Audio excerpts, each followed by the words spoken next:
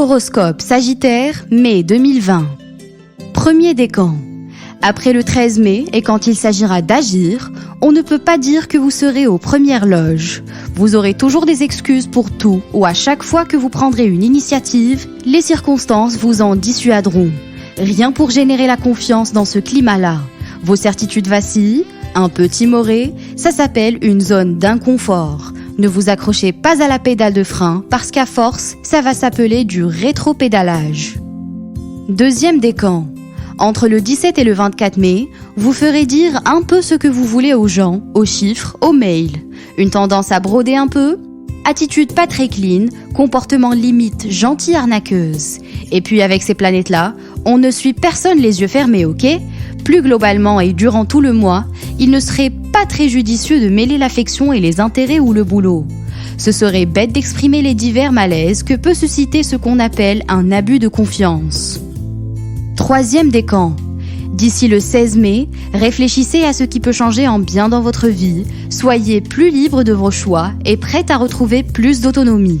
Un petit côté aventurière idéaliste très sympa n'est surtout pas exclu, Mars en Verseau oblige. Et si vous pensez plus de fantaisie dans la vie, ça ira aussi exactement dans le sens de votre ciel.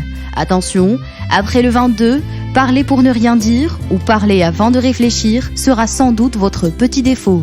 Ça donnera au moins pas mal de bavardage inconséquent.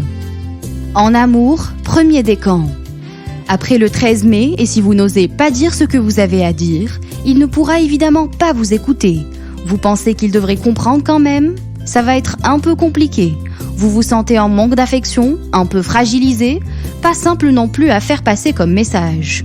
Et pourtant, tout Sagittaire que vous êtes, vous avez le droit d'avoir des faiblesses. Après le 20, vous aurez sans doute plus la bougeotte que lui, alors sortez de votre côté, ça, ce sera moins compliqué.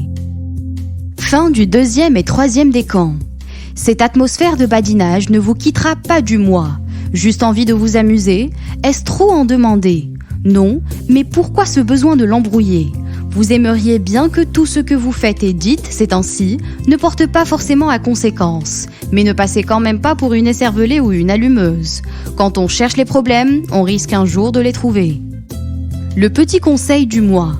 Le trop parler ne se guérit qu'en fermant sa bouche.